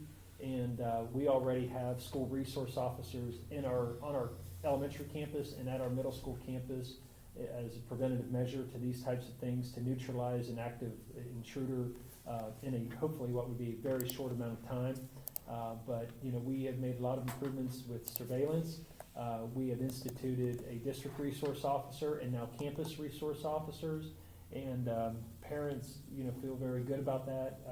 Our emergency operation plans and the training and drills that we do, those plans and maps are not a public record, but they are uploaded with the Ohio School Safety Center, and we're in full compliance with those plans and with our drills.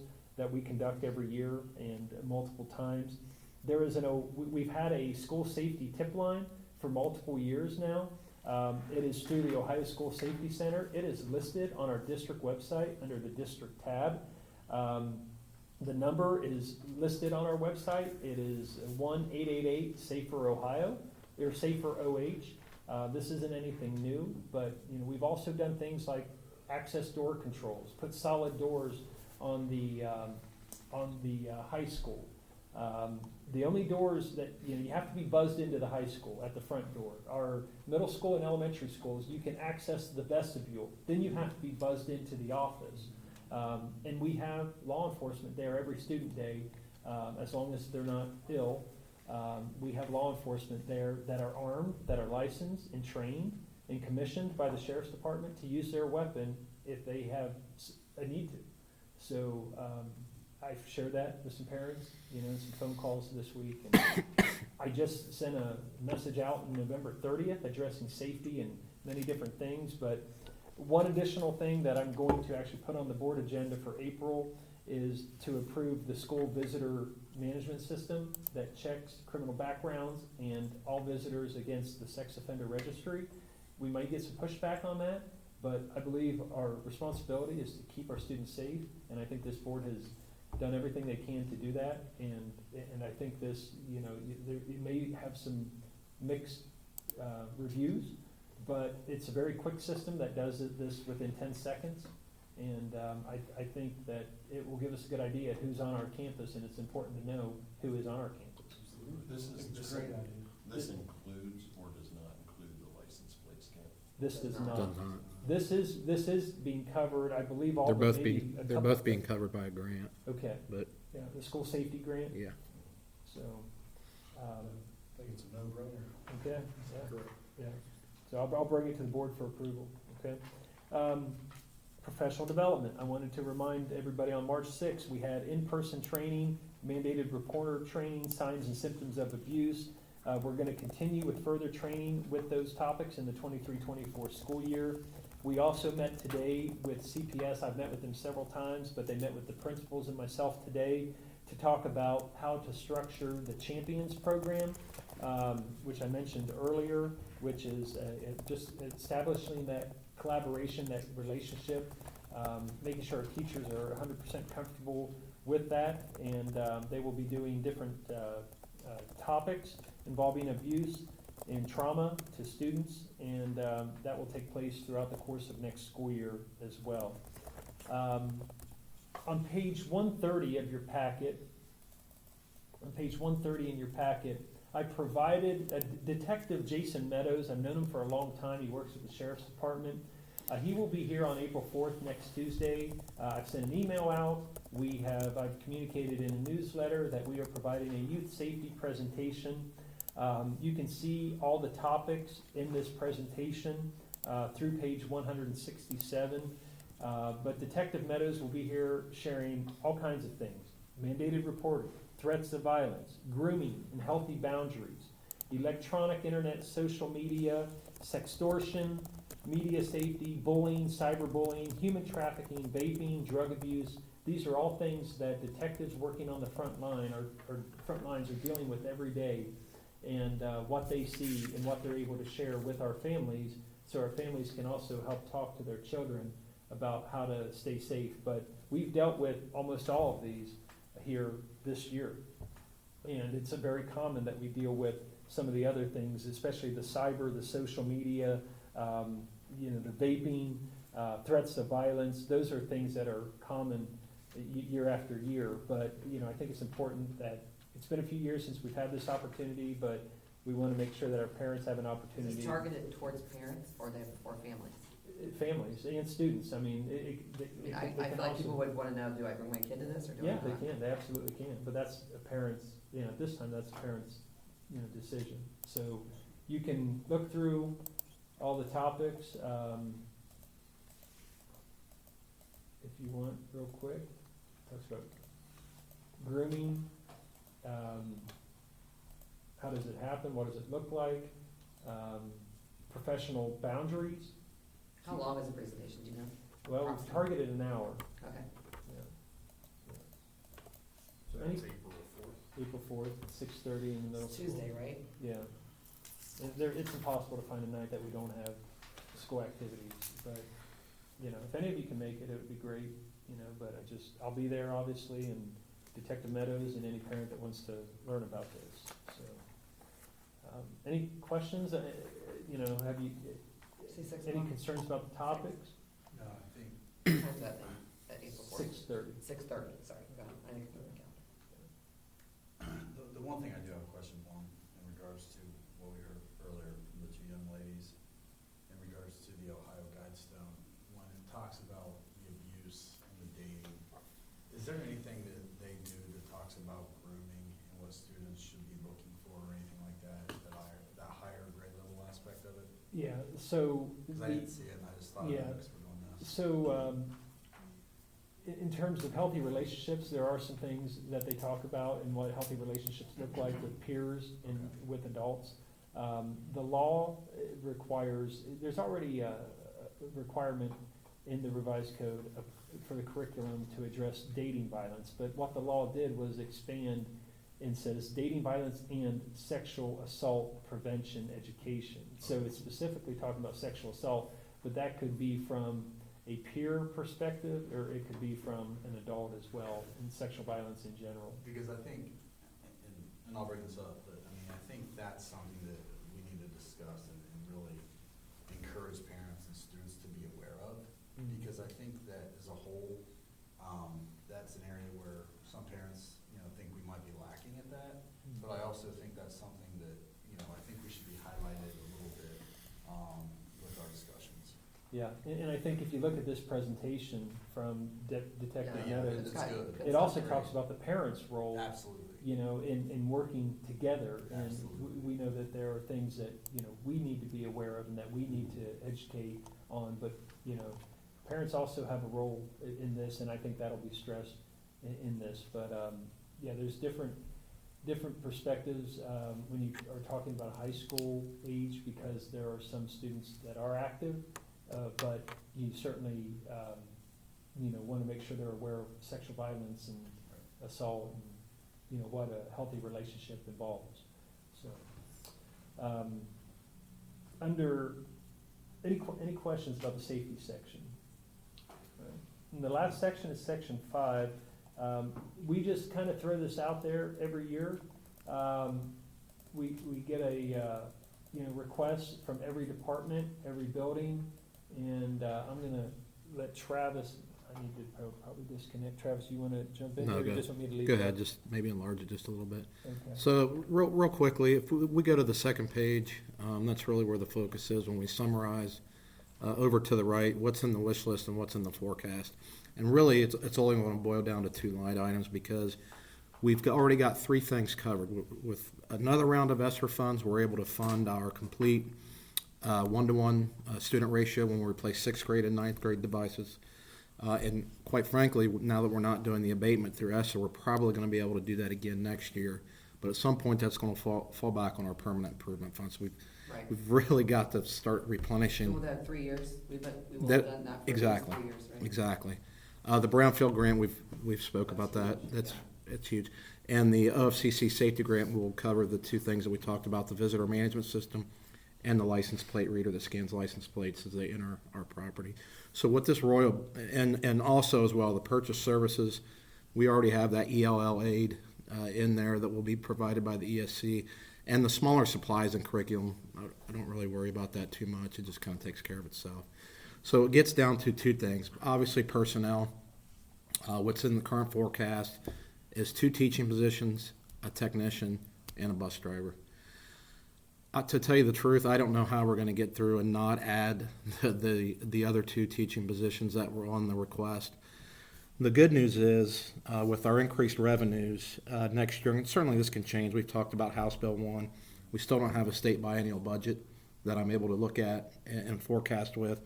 But we're probably going to have at least a $1 million surplus, meaning revenues exceeding expenditures by $1 million, adding that to our carryover. So, you know, it would be nice when I put my treasurer hat on to build up our carryover into a little more comfortable spot. However, it might be an opportunity where we invest that, and maybe we only carry over an additional 800,000 and add the 4 teaching positions.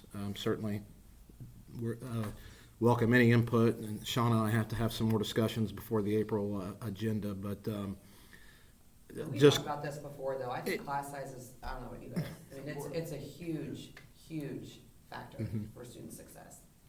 So, and again, with the middle school scheduling, you have to add 2 as opposed to 1. right, but we're only growing. Exactly. I mean, you add 2 now, it's instead of adding 1 now, and next year we got a second, and you've crushed these teachers next year. Absolutely. You have to be proactive. And there's a financial impact, but also, again, we're not there yet, but a space too, that, finding a space for everyone, finding a new bus for the driver. But, and again, when we look at, we do have some general fund capital outlay that's not. Where are you? Let me go up. We have some general fund capital outlay that we could still offset some things, 144,000. We do have some construction funds, believe it or not, that we still have not spent. We are funding the board's portion of the press box project, all the electrical, all of the things that we have to do above and beyond what the boosters gave us. And we do have a little bit more that we can help offset from the PI fund, but beyond that, we're going to have to reduce some things from this list, because I really want to try to replenish our permanent improvement fund. We've been right on schedule with about $430,000 to $450,000 a year going into that fund. We talked about $200,000 to $250,000 coming out a year. We've exceeded that the last couple of years with the turf, with the first year of the 1-to-1, and that's fine. We've done what we promised we were going to do in the levy discussion, but. So again, I know it's kind of going through this kind of fast, but I don't see us getting away from any of those personnel. What are we not getting in the wish list that we would table for next year? I think you would table, and again, Sean and I haven't, there's so much going on. Line 28, I don't see us replacing all of the storage units in the band room. That's a $46,000 price tag. They want to move to the stage? Or? No, they've they've already These are moved. just additional These will be storage- additional storage for the storage instruments. Oh. Again, not saying it's not needed. We've got paving at both BCES and the high school, middle school this year. Maybe we could probably delay the middle school, high school another year. That's $30,000. There's an option there. If you see line 52, repave and stripe the parking lot at the middle school and high school, it's reseal, I'm sorry, it should be reseal, but 29,000, or we could just stripe. If you walk out to this parking lot tonight, you can barely find a parking space. It's just all washed off. We could just stripe it for $3,400, and, that would be an opportunity to save some money and delay that a year. Heiberger has given us some quotes, and, he says this middle school lot doesn't need resealed right now. I walk across it every day and I see all kinds of cracks, and I'm worried that it's gonna break up.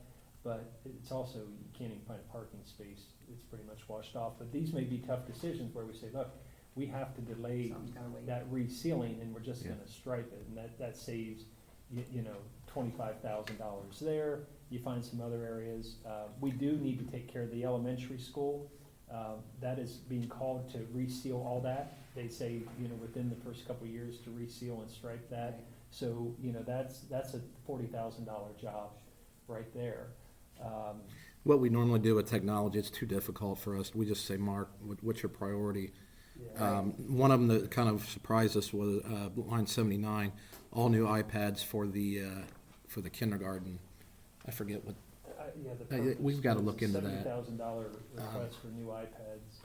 So there's some things we need to look into there with technology. But those are some big things that may not be able to happen this year, Exactly. but on the radar. Exactly. As far as like the repaving or the resealing the elementary, can we use the balance of the construction? That'd be something we could offset, absolutely. Yeah.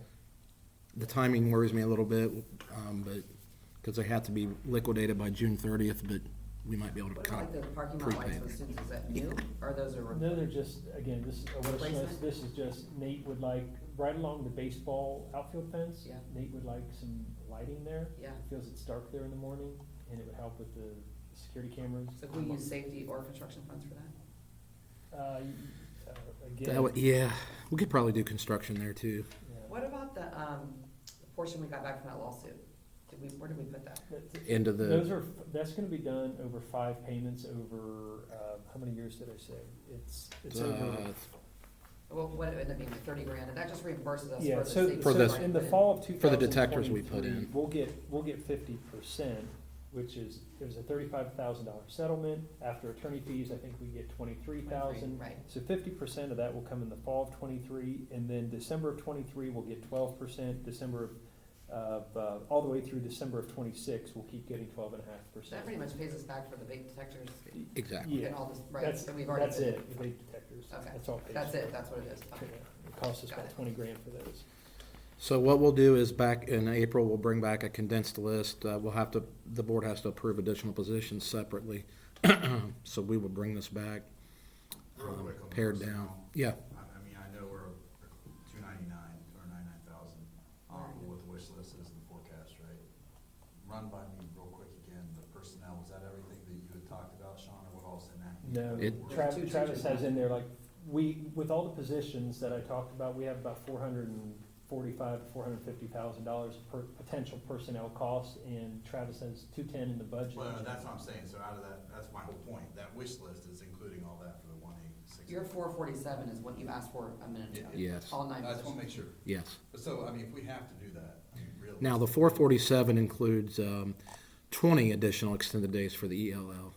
You know, we can back that down a little bit. One other thing was, But my point is we're, with your personnel, I mean, you look at what's budgeted, a big chunk of that is based off of personnel, where Yeah. yes, the difference is. But like Travis said, you know, if we have to invest, it's time. I agree. It's time. And does that clear out the permanent improvement fund that's over 340? What will be the status with that? We're almost at zero right now in our PI fund. So what you have to think about next year is we're going to get in about $450,000 of PI Right. taxes. So we could go a little bit more than 200, but that would leave us with like 250 going into 630 of 24. At one time, we talked about a goal of like building that up, you know, $1 million after 5 or 6 years, and we're not getting We've there. We're not getting there. we've had some things come up, and yeah. Yeah. The last part here, and this kind of caught us by surprise, was looking at our substitute pay rates, both classified and teacher rates. There's 3 different, I apologize for the formatting, it just kind of came in piecemeal. We'll start with the bus driver rates. You can see we are lower than any other district other than Amanda Clear Creek. Luck would have it, I had a treasurers meeting this morning and asked all the other treasurers. None of the other districts are planning on increasing their rates going into next year, so any increase would catch us up a bit. And I was surprised to learn that some of the districts, when you see kind of the uneven numbers there, tie their sub rates to step 0 of their classified index, so they inherently would increase every time they gave the classified staff a pay bump. I don't know if I'm ready to go there yet, because sometimes that you might have a teacher's aide that makes more than a sub teacher, depending on how that runs through. This kind of Travis and I were a little surprised. We just revisited this in the past month. A lot of these increases, just so you know, have happened in this school year. And, you know, at the Within start of the COVID, year, after we thought we COVID, were- and they kind of, Yeah, we thought we were more competitive, but. we've fallen behind. We need to probably get to the $18.50 to $19 an hour range. You can see the average is $18.40. So Go to the, You can go to whatever, Amazon. Panda Express for $20 an Yeah. hour. go to the People transport. skip the, Which brings us to some skip of our the, other rates. skip the teacher and go to, yeah.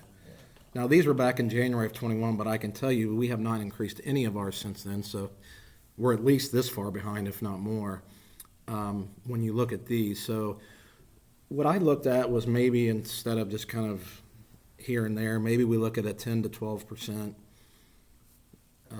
widespread increase. That sounds like a lot, but we spend a total of $91,000 a year on classified subs.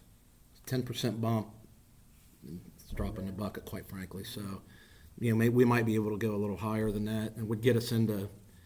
Does it directly correlate to getting more and more qualified? Who knows? But it's not helping, I know that, so. So $12 an hour That would, for subs. for a sub-cook, yeah. For a sub-cook, yeah. Go Sub to the aide. next one, Joe, we're gonna go down one, we skipped that one right Go there. to page 173. There you go. Yeah, sorry about that. These were, I didn't have updated for all the other classified subs, but again, our line there is currently what we are paying, so, and I'm pretty sure all the other ones have increased. And then the sub-teachers, we are at, Go up here. see, this used to be back a long time ago, we would all kind of stay the same as districts because we didn't want to rob from other districts, and that's gone out the wayside, of course, so. We went through ESC for that. We do, but we sub. We pay them, we pay our own subs, They the ESC register- hires They them. register there, and they can sub at all the schools in the county. They can sign up for as many or few as they They're gonna want. sign for all the difference. So we're at 100, maybe again a 10% raise there. Our sub-teachers cost $210,000 a year, so that's a little bit more of an investment, 21,000, but I know this, that a few of these schools that are real competitive with us right now, if not exact with us, they're willing to go to 115. We may need to go 115, 120, you know?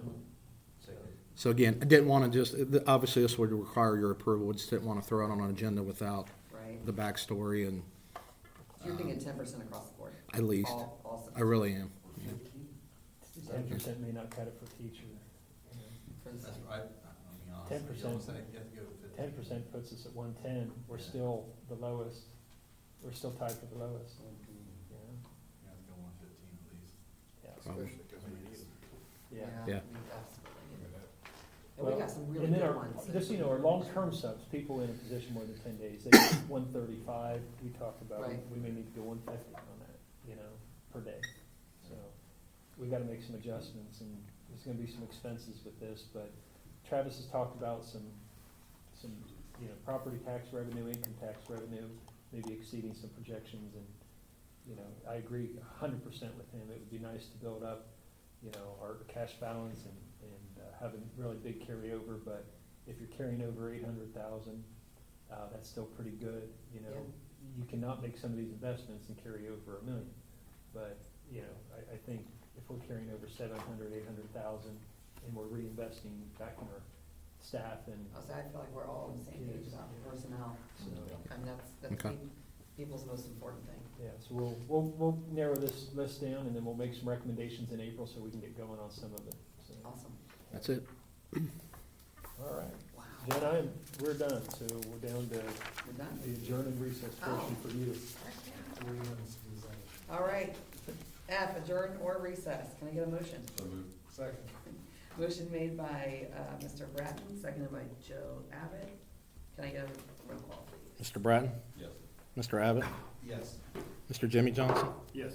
Mr. Rod Johnson? Yes. Mrs. Sherman? Yes. Now, 7:59. All right. You let me know when that mic's off.